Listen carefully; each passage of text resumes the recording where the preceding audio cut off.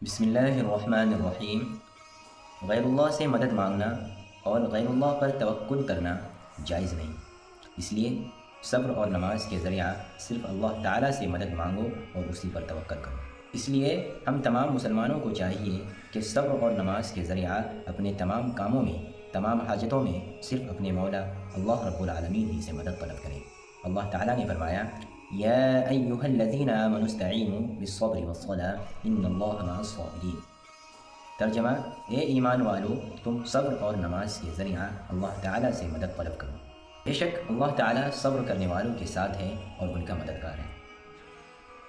وقال اللہ تعالیٰ قال موسیٰ لقومہ استعینوا باللہ واصبروا۔ ترجمہ: موسیٰ علیہ السلام نے اپنی قوم سے کہا، اے میری قوم، تم اللہ تعالیٰ سے مدد طلب کرو اور صبر سے کام لو۔ اس سے معلوم ہوا کہ غیر اللہ سے مدد مانگنا جائز نہیں اور اسباب اختیار کرنے کے بعد صرف اللہ تعالیٰ پر توکل کیا جائے، صرف اللہ تعالیٰ پر توکل کیا جائے، غیر اللہ پر توکل نہ کیا جائے۔ اللہ تعالیٰ نے ارشاد فرمایا، وعلی اللہ فتوکلوا ان کنتم مؤمنین۔ ترجمہ: اگر تم مومن ہو۔ مومن کہتے ہیں سچے مسلمان کو، جو اللہ کے احکامات اور نبی کے احکامات کو اچھی طرح سے عمل کرتے ہیں، اس کو مومن کہتے ہیں۔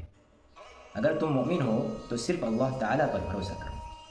وقال تعالیٰ انما المؤمنون الذين اذا ذكر الله وجلت قلوبهم واذا تليت عليهم آياته زادتهم ایمانا وعلى ربهم يتوكلون الذين يقيمون الصلاة ومما رزقناهم ينفقون اولئك هم المؤمنون حقا لهم درجات عند ربهم مغفرة ورزق کریم۔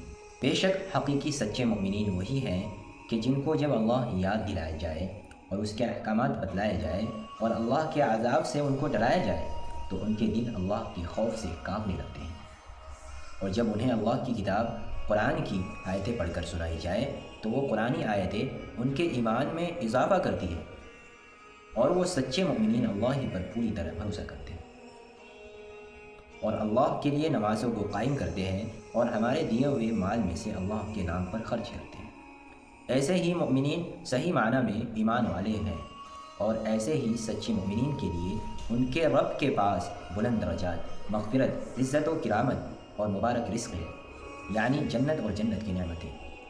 یعنی ان کامل درجہ کے مومنین کی شان یہ ہے کہ جب ان کو کوئی مشکل پیش آتی ہے تو وہ دوڑے دوڑے مردوں کے پاس قبرستان نہیں جاتے اور اہل قبور سے مدد نہیں مانگتے، شفا نہیں مانگتے، اولاد نہیں مانگتے، بزرگوں کے مزارات پر جا کر مقدمات میں کامیابی، گمشدہ کی واپسی اور امتحانات میں کامیابی کے لیے دعائی نہیں دیتے، اور نہ کسی غیر اللہ کے نام کے جادو منتر اور تعویذ گنڈے کرنے والوں کے چکر میں آ کر اپنا ایمان خراب کرتے ہیں، بلکہ وہ مومنین اللہ تعالیٰ پر پورا بھروسہ کرتے ہیں، اسی سے دعائیں کرتے ہیں، اسی سے اپنی مرادیں مانگتے ہیں، اسی سے مدد مانگتے ہیں۔ رسول اللہ صلی اللہ علیہ وسلم نے ایسے مومنین، ایسے اللہ تعالیٰ پر بھروسہ کرنے والے مومنین کے جنت میں بلا حساب داخل ہونے کی بشارت دی ہے۔ اللہ ہم سب کو ان ساری باتوں پر عمل کرنے کی توفیق عطا فرمائے۔